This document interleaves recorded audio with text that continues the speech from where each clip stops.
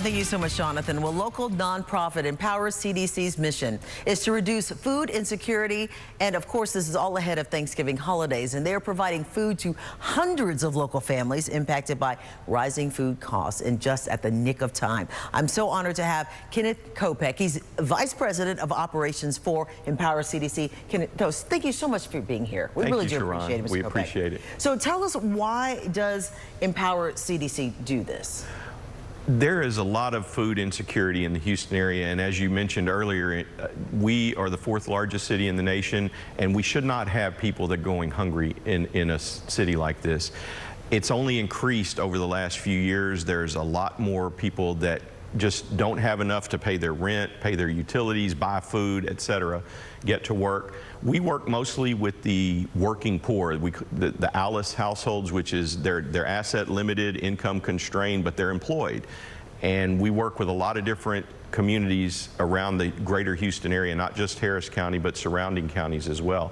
And we just opened our food pantry down in Windsor Gardens in the city of South Houston in conjunction with the Houston Food Bank, to provide more food for those folks down in that area. Those are more or less what you would call almost food deserts in a sense, right? Yes, in many cases. That area is, there are some supermarkets around there, but not as many as we would have in some of the more affluent areas of Houston. Right, So. and have you started to discover that even outside of those areas that we do recognize as almost not having access to certain grocery stores, there are some people you are now seeing that at one time did have access to food, who may have either lost their jobs or, like you said, not getting paid as much as they did before, who are now asking for your services more than ever before, right? Yes, we just opened at the beginning of the month. We've done 2 distributions. We have one coming up tomorrow.